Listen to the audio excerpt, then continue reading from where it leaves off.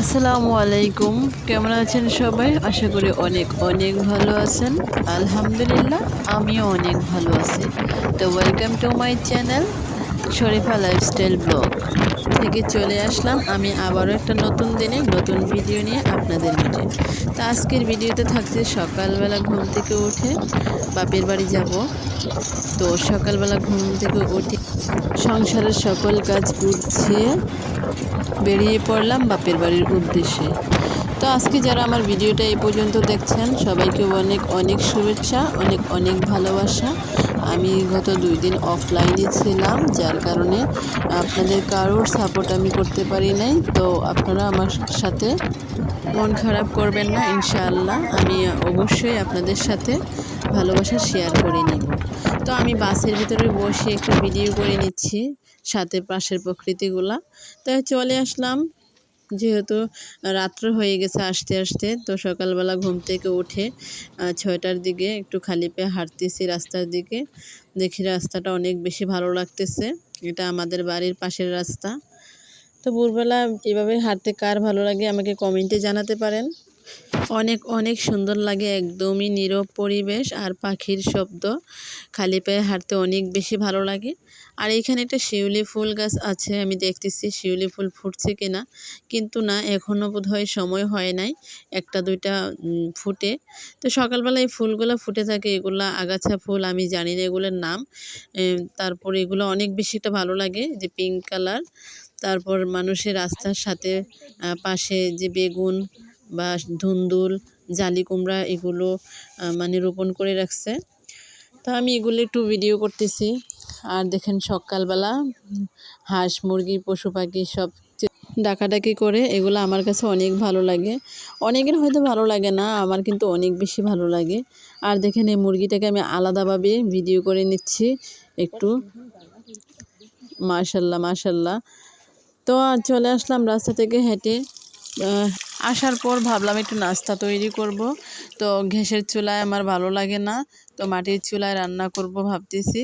কিন্তু মাটির চুলায় কেউ রান্না করে না, আমার আম্মা অনেক বেশি অসুস্থ, অনেক বয়স্ক মানুষ, সেজন্য চুলার এই নাজেহাল অবস্থা হয়ে গেছে। কেউ নাই আমার বাসায়, শুধু আমার মা আর আমার একটা ছোট বোন থাকে। তো আমি অনেক দিন যাবত বলতে না, আমি এই কাদার কাজগুলা পারি না। তো দেখি যে চুলাটা অনেক বেশি একটু ভেঙে গেছে, একটু চেষ্টা করলাম।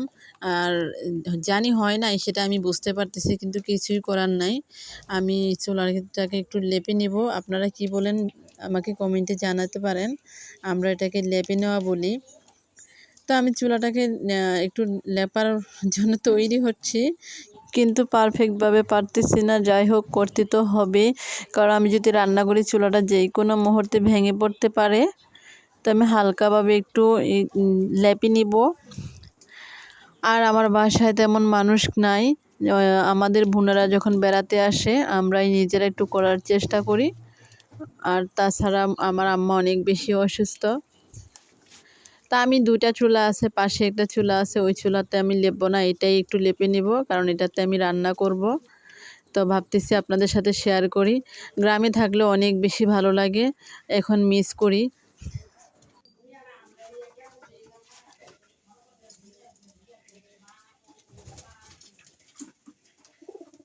আপনারা আবার কেউ আমার লেপালেপি দেখে হাসবেন না, জানি হচ্ছে না, তারপরে একটু চেষ্টা করতেছি। এটা লেপা শেষ হয়ে গেলে আমি হাঁস মুরগি ছেড়ে দেব, ওদেরকে আদার দিব খাওয়ানোর জন্য। এটা এখন শুকাবে।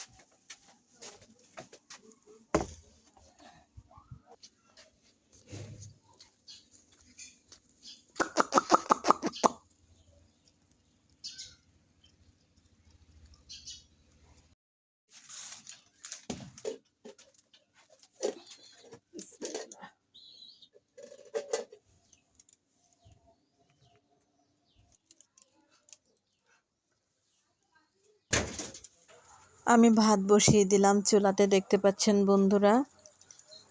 তো মাটির চুলাটা একটু ভিজা ছিল, যার কারণে চুলা আগুন দিতে একটু কষ্টই হচ্ছিল। তারপরও মাশাল্লাহ আগুনটা ধরে গেল।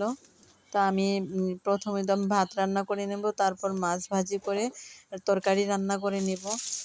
তো আস্তে আস্তে ভাতটা হয়ে যাক, তারপর আমি এদিকে কাটাকুটি করে নিব।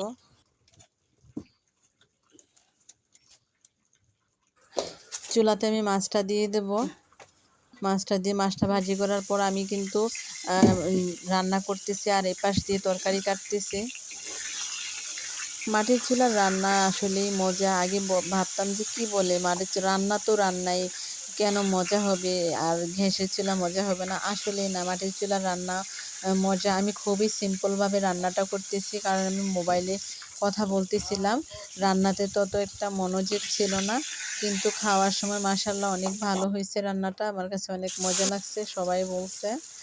আমি রান্না করে নিব কাঁকরোল দিয়ে আর আলু দিয়ে, মাছ দিয়ে। তো আমি বাটা মশলা দিব না, কারণ এখানে আসার পর, বাড়িতে আসার পর একটু সবাই ঘুমাইতেছে সকালবেলা, আমি কাউকে বিরক্ত করি নাই। তো আমি আমার মতো করে রান্না করতেছি। তো আমি কাটা মশলা দিয়ে, যে পেঁয়াজ রসুন দিয়ে আমি রান্না করতেছি, হলুদ মরিচ যা রেগুলার মশলাগুলো লাগে। আমরা তো সবাই কম বেশি রান্না জানি আল্লাহর রহমতে, কারণ এটা আমাদের নিত্যদিনের সঙ্গী, প্রত্যেক দিনে রান্না করে খেতে হয়। আর আমি এপাশ থেকে তরকারি বাছতেছি, আর কাচকি মাছ দিয়ে বিলেবু দিয়ে রান্না করব, সেজন্য আমি এক হাতে কাজ করতেছি, আরেক হাতে তরকারি কাটতেছি এই সাইডে। তো দেখতে পাচ্ছেন আমার তরকারি হয়ে গেছে প্রায়। এখন আমি মাছগুলো দিয়ে ঢাকা দিয়ে দেব। তো রান্না বান্না শেষ করলাম, এখন বিকালবেলা ঘুম থেকে উঠে একটু হাঁটতে বের হয়েছি।